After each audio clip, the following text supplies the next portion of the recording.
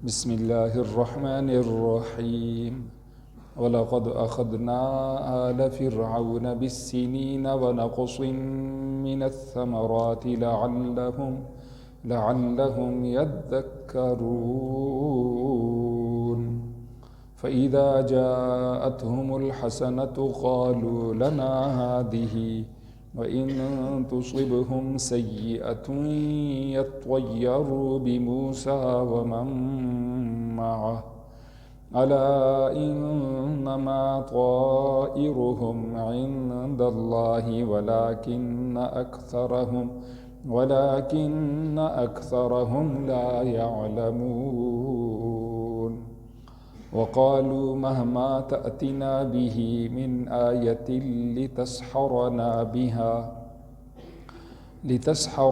بها فما نحن لك بمؤمنين فأرسلنا عليهم الطوفان والجراد والقمل والضفادع والدم آيات مفصلات فاستكبروا وكانوا قوما مجرمين صدق اللہ العظیم وَلَقَدْ أَخَذْنَا اور البتہ تحقیق ہم نے پکڑا آل فرعون آل فرعون کو بالسنین قحطوں کے ساتھ وَنَقْصٍ مِّنَ الثَّمَرَاتِ اور پھلوں میں کمی کے ساتھ لعلہم تاکہ وہ یذکرون نصیحت حاصل کریں فَإِذَا جَاءَتْهُمُ الْحَسَنَةُ جب آتی ان کے پاس کوئی اچھائی قالوا وہ کہتے لنا ہادی یہ ہماری وجہ سے ہے یہ ہمارے لیے ہے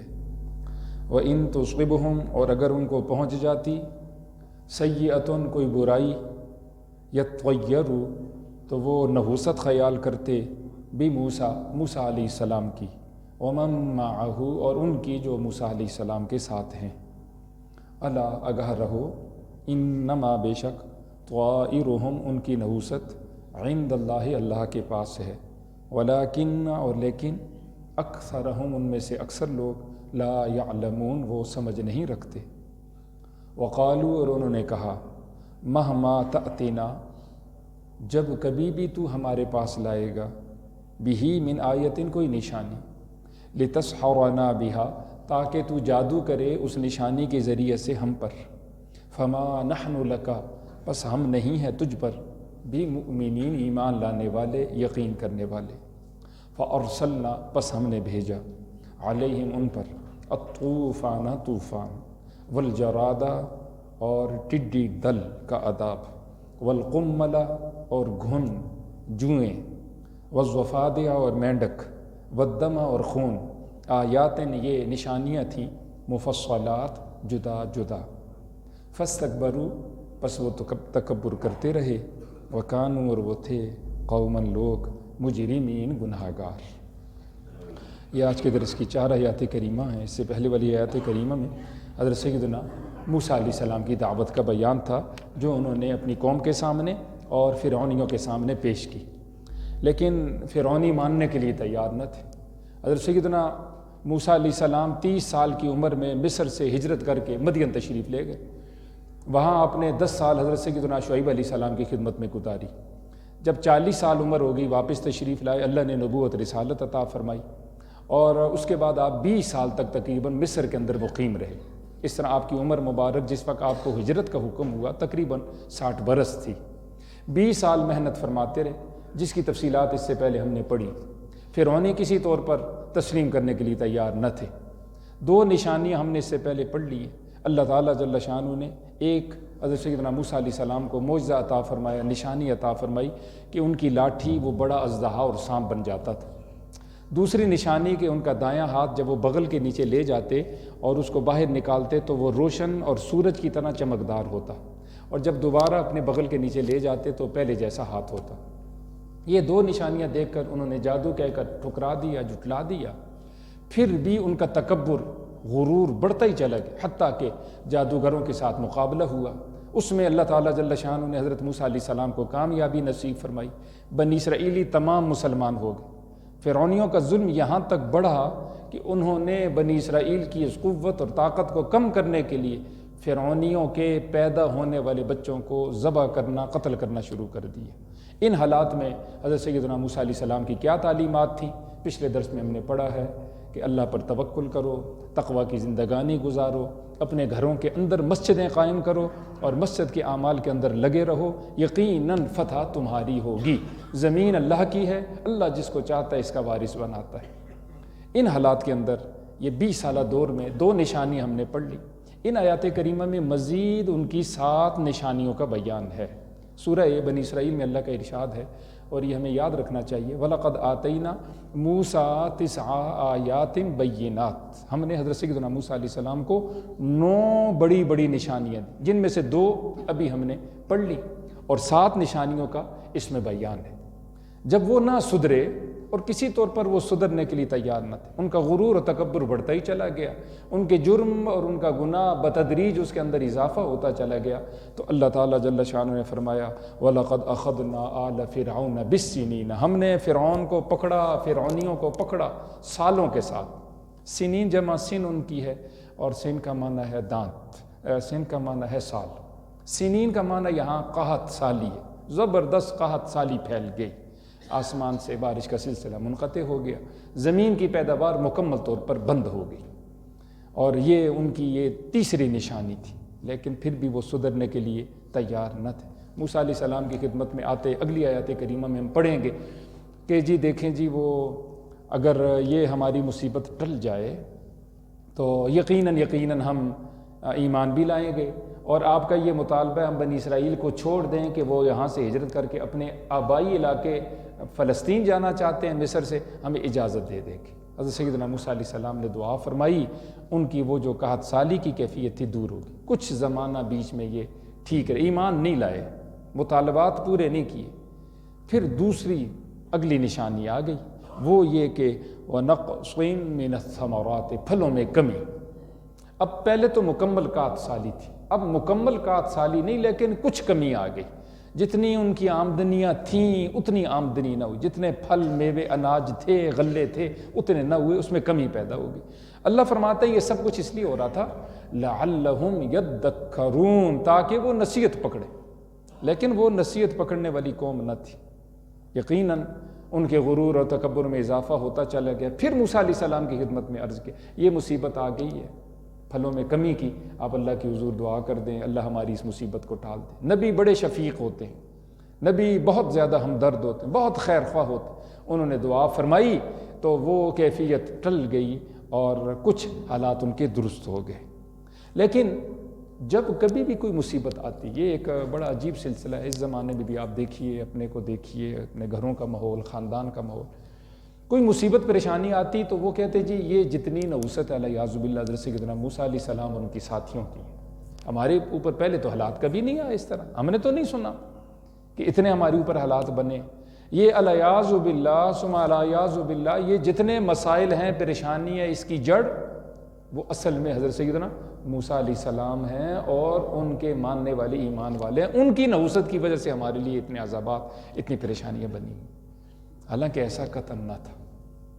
اعمالکم عمالکم، اعمال تمہارے حکمران ہیں، جیسے نیچے سے اوپر حالات بھیجو گے ایسے اوپر سے احکامات آئیں گے۔ اگر ہمارے اعمال اچھے ہیں حکمران ہمارے اچھے ہوں گے، حالات ہمارے اچھے ہوں گے۔ اگر ہمارے اعمال درست نہیں ہیں تو قطعاً اوپر سے جو اعمال حالات آنے والے وہ بھی درست نہیں ہوں گے۔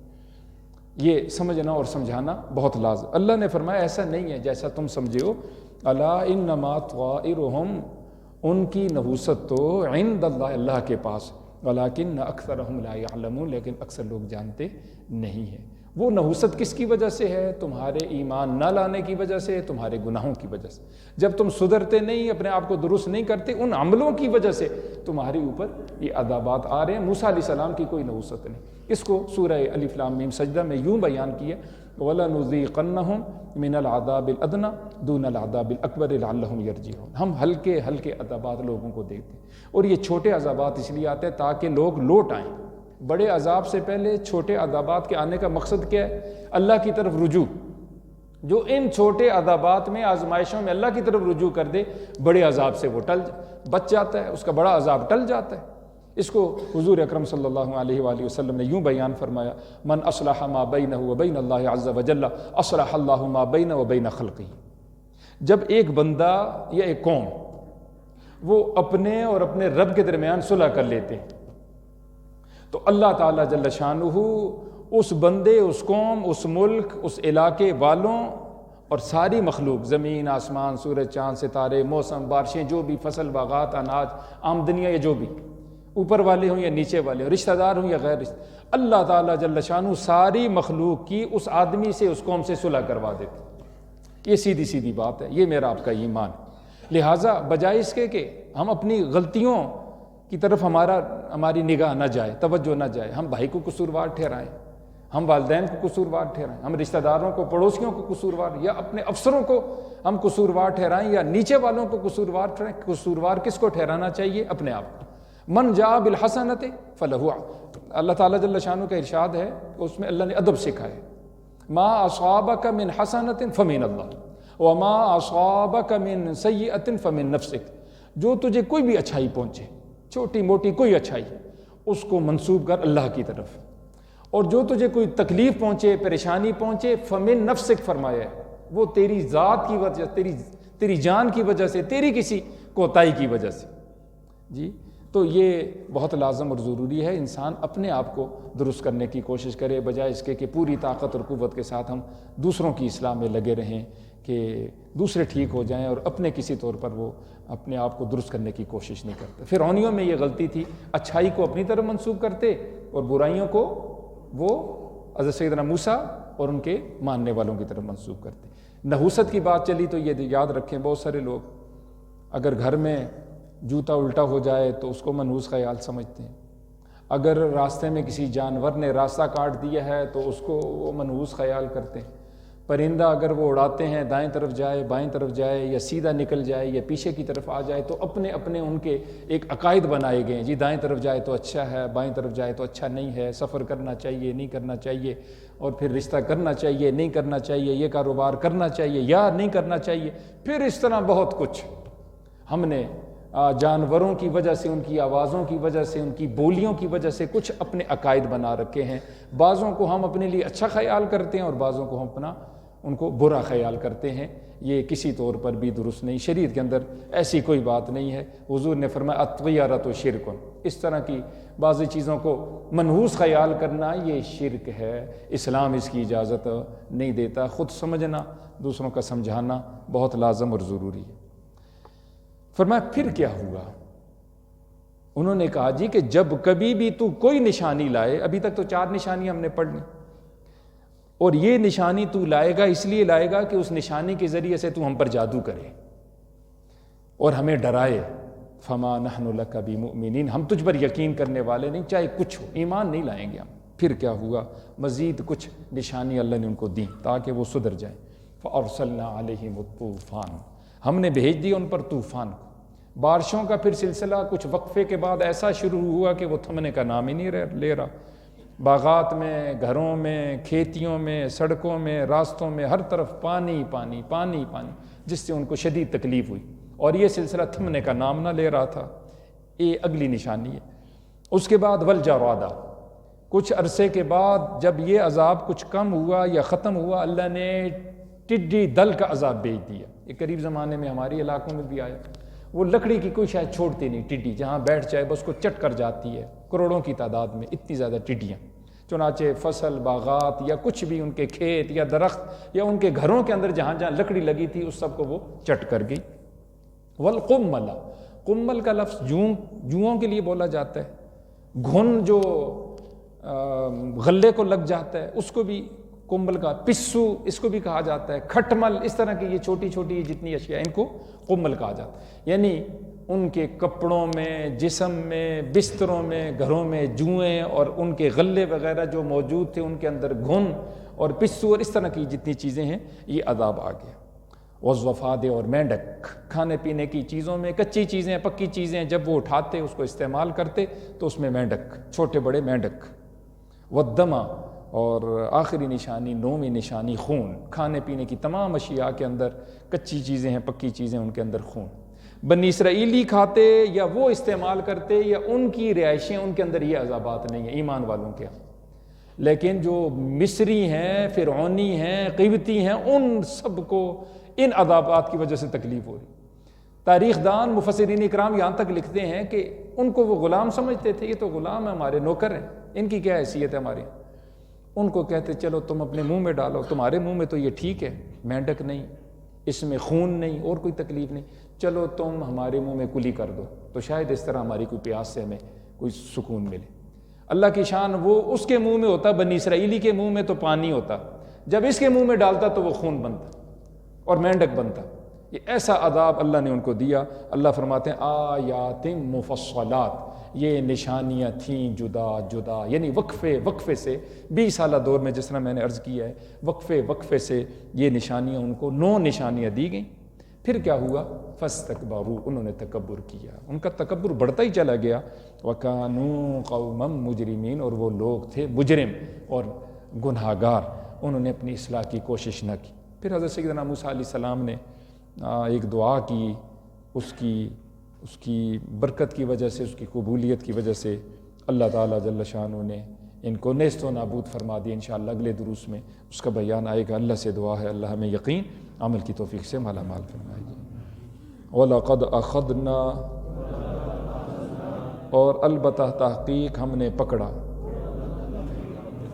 آل فرعون، فرعونیوں کو، بالسنین، قحطوں کے ساتھ، ونقص من الثمرات، اور پھلوں میں کمی کے ساتھ، لعلہم یذکرون، تاکہ وہ نصیحت حاصل کریں. فَإِذَا جَاءَتْهُمُ الْحَسَنَةُ، پس جب ان کے پاس آتی کوئی اچھائی، قالوا، وہ کہتے، لنا ہادیہ، یہ ہماری ہوشیاری کی وجہ سے ہے. وَإِن تُصِبْهُمْ، اور اگر ان کو پہنچ جاتی، سیئۃ، کوئی برائی، یطیروا، تو وہ نحوست خیال کرتے، بموسیٰ، موسیٰ علیہ السلام کی، ومن معہ، اور ان کی جو موسیٰ علیہ السلام کے ساتھ ہیں. اس زمانے میں بعض لوگ شادی کرتے ہیں، شادی کے بعد جب کچھ حالات خراب ہو جاتے ہیں تو سارے تانے اس عورت کو دیتے ہیں، اس کی نحوست ہے، ہمارے گھر میں یہ ہوا، وہ ہوا، یہ ہوا. اس بیچاری کی زندگی وہ طلاق تک لے جانے کے بعد ان کو سکون. یہ بڑے ظلم کی بات ہے جی. ساس سے اللہ بچائے، ساس الا ماشاء اللہ، وہ جس طرح بیٹی کے ساتھ معاملہ کرتی ہے وہ والا معاملہ جو ہے ساس اپنی بہو کے ساتھ نہیں کرتی. اس کا اگر جھوٹ بھی ہے اس کو حقیقت سمجھتی ہے، لیکن اگر اپنی حقیقی اس کی جو بہو ہے، بہو کی جو حقیقت بھی اس کو وہ جھوٹ سمجھتی ہے اور یہ سمجھتی ہے اس نے جھوٹ بولے. اللہ تعالیٰ معاف فرمائے ہمیں. بہرحال یہ ایک سلسلہ کہ ہم منحوس خیال کرتے ہیں آپس میں ایک دوسرے کو، فلاں سے میری ملاقات ہو گئی، فلاں گاہک صبح سویرے آئے جی سارا دن بیٹھا رہوں، یقین جانے سارا دن پریشان رہا ہوں. یہ اسلام میں اس کا کوئی وجود نہیں. للہ فی اللہ، جیسا آپ عقیدہ بنائیں گے نا جی. بخاری شریف کی روایت عرض کرتا ہوں، انا عند عبد ظنی بی، میں اپنے بندے کے ساتھ وہ فیصلہ کرتا ہوں جیسا وہ گمان کرتا. ہمارا گمان ہی اللہ کے بارے میں جب برا ہو جائے گا تو پھر تو فیصلہ اسی طرح کا آئے گا. ہمیں اس سے بچنا چاہیے.